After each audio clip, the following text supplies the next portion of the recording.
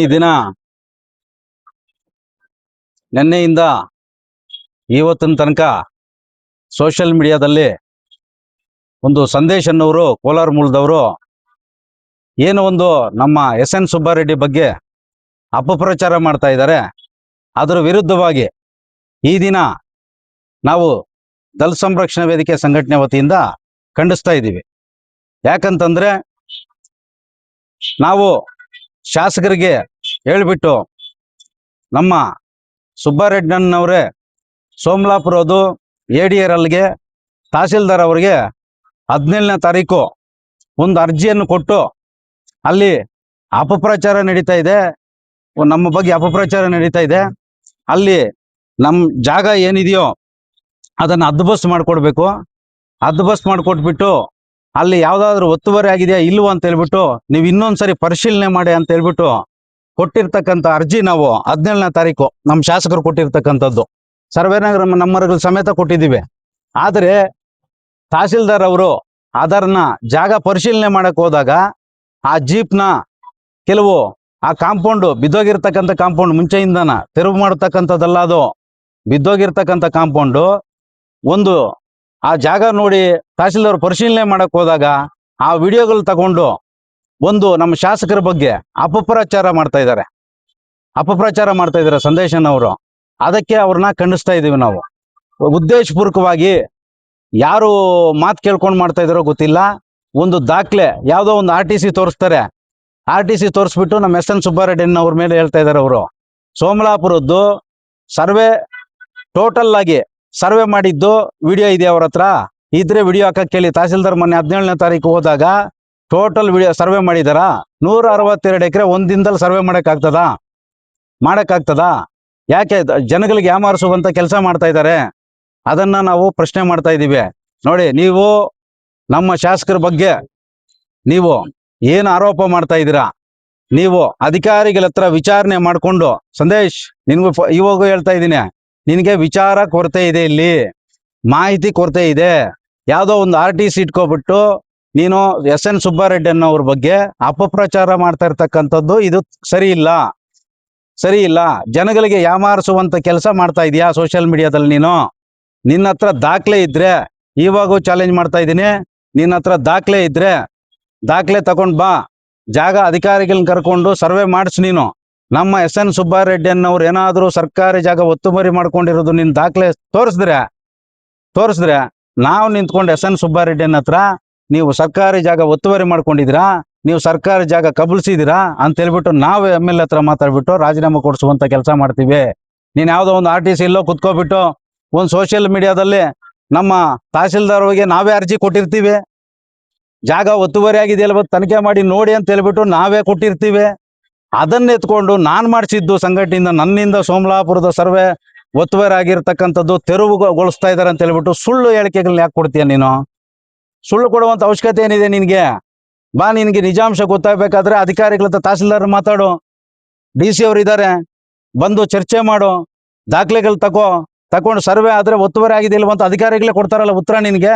ಆ ಉತ್ತರ ಅಧಿಕಾರಿಗಳು ಯಾವತ್ತು ಉತ್ತರ ಕೊಟ್ಟು ನಮ್ಮ ಎಸ್.ಎನ್. ಸುಬ್ಬಾರೆಡ್ಡಿ ಅನ್ನೋರು ಒತ್ತುವರಿ ಮಾಡಿದಾರಂತ ಯಾವಾಗ ಕೊಡ್ತಾರೋ ಆವಾಗ ಜನ ಈ ಕ್ಷೇತ್ರದಲ್ಲಿ ನಂಬ್ತಾರೆ.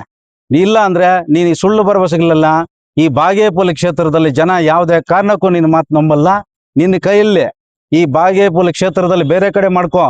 ಬಾಗೇಪಲ್ಲಿ ಕ್ಷೇತ್ರದಲ್ಲಿ ಎಸ್.ಎನ್. ಸುಬ್ಬಾರೆಡ್ಡಿ ಅನ್ನೋರು 1 ಎಕರೆ ಸರ್ಕಾರಿ ಜಾಗ ಒತ್ತುವರಿ ಮಾಡ್ಕೊಂಡಿರ್ತಕ್ಕಂಥದ್ದು ನೀನು ಅಧಿಕಾರಿಗಳು ಸರ್ವೇರನ್ನ ಕರ್ಕೊಂಡು ನಿನ್ ಕೈಲಿ ಪ್ರೂವ್ ಮಾಡಕ್ಕಾಗಲ್ಲ ಅಂತ ಹೇಳ್ಬಿಟ್ಟು ಇವತ್ತು ಚಾಲೆಂಜ್ ಮಾಡ್ತಾ ಇದ್ದೀನಿ ನಾನು. Sir, okay. ಈಗ ಕೊಂಡಾರೆಡ್ಡಿಪಲ್ಲಿಯಲ್ಲಿ ಸರ್ವೆ ನಂಬರ್ ಕೊಂಡರೆಡ್ಡಿಪಲ್ಲಿ ಅನ್ನೋದು ಗ್ರಾಮದ 82 ಸರ್ವೆ ನಂಬರ್ದು ಏನು ಆರೋಪ ಮಾಡ್ತಾ ಇದ್ದಾರೋ ಬೆಳಿಗ್ಗೆ ಮಾಧ್ಯಮದಲ್ಲಿ ನಾವು ನೋಡಿದ್ವಿ.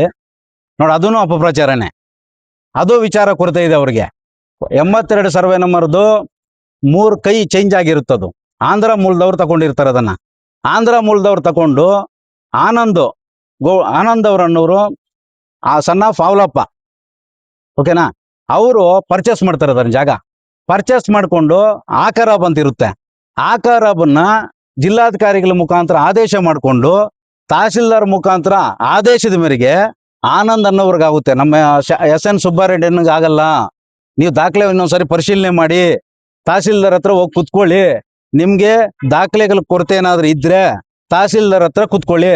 ತಹಸೀಲ್ದಾರ್ ಅವರು ಯಾವ ರೀತಿ ಅದನ್ನ ಯಾವ ರೀತಿ ಗೌರ್ಮೆಂಟ್ ಇಂದ ಫಾರ್ಮಾಲಿಟೀಸ್ ಲೀಗಲ್ ಆಗಿರುತ್ತೋ ಆ ಲೀಗಲ್ ಆಗಿ ದಾಖಲೆ ಮಾಡಿಕೊಟ್ಟು ಆನಂದ್ ಅನ್ನೋರು ಕೊಟ್ಟಿರ್ತಾರೆ. ಅದನ್ನ ಆನಂದ್ ಅನ್ನೋರ ಕಡೆಯಿಂದ ಪರ್ಚೇಸ್ ಆಗಿರುತ್ತೆ. 4 ಕೈ ಬದಲಾವಣೆ ಆಗಿರುತ್ತೆ. ಇಲ್ದರೆ ಸಲ್ಲದರೆ ಅದೆಲ್ಲ ಆರೋಪಗಳು ಮಾಡ್ತಕ್ಕಂಥದ್ದು ಇದು ಸರಿ ಇಲ್ಲ ಸಂದೇಶ್. ನಿನಗೆ ವಿಚಾರ ಕೊರತೆ ಇದೆ. ಇವಾಗ ಹೇಳ್ತಾ ಇದ್ದೀನಿ, ವಿಚಾರ ಕೊರತೆ ಇದೆ. ನಮ್ಮ SN ಸುಬ್ಬಾರೆಡ್ಡಿ ಅನ್ನೋ ಬಗ್ಗೆ ನೀನು ವಿಚಾರ ತಿಳ್ಕೊ. ಇವತ್ತು 25-26ನೇ ತಾರೀಕು ಬಾ, ನೀನು ನೋಡು ನಮ್ಮ ಶಾಸಕರು ಎಂತ ಕೆಲಸ ಮಾಡ್ತಾ ಇದ್ದಾರೆ. 501 ಉಚಿತ ಸಾಮೂಹಿಕ ವಿವಾಹಗಳು ಮಾಡ್ತಾ ಇದ್ದಾರೆ. ಒಂದೊಂದು ಜೋಡಿಗೆ ಬದುಕಕ್ಕಂತ ಬದುಕು ಕಟ್ಕೊಡ್ತಾ ಇದ್ದಾರೆ. ಒಂದೊಂದು ಜೋಡಿ ಜೊತೆ ಒಂದು 50 ಜನ ಬರ್ತಾರೋ, 100 ಜನ ಬರ್ತಾರೋ, 500 ಜನ ಬರ್ತಾರೋ ಅಂತವ್ರಿಗೆಲ್ಲ ಒಂದು ಅನ್ನದಾನದ ರೂಪದಲ್ಲಿ ಅವ್ರಿಗೆ ದಾರಿ ತೋರಿಸುವಂತ ರೂಪದಲ್ಲಿ ಒಂದು ಕುಟುಂಬದ ಬದುಕು ಕಟ್ಕೊಳ್ಳುವಂತ ಕೆಲಸಗಳು ಇಡೀ ಕರ್ನಾಟಕದಲ್ಲಿ ಯಾರಾದ್ರೂ ಒಬ್ರು ಮಾಡ್ತಾ ಇದ್ದಾರೆ ಅಂತಂದ್ರೆ ಅದು SN ಸುಬ್ಬಾರೆಡ್ಡಿ ಅನ್ನೋರು. ಅಂತವ್ರ ವಿರುದ್ಧ ನೀನು ಇವತ್ತು ಈ ದಿನ ಇಂಥ ಆರೋಪ ಮಾಡ್ತಾ ಇದೆಯಲ್ಲ, ಇದು ನಾವು ಖಂಡಿಸ್ತಾ ಇದ್ದೀವಿ.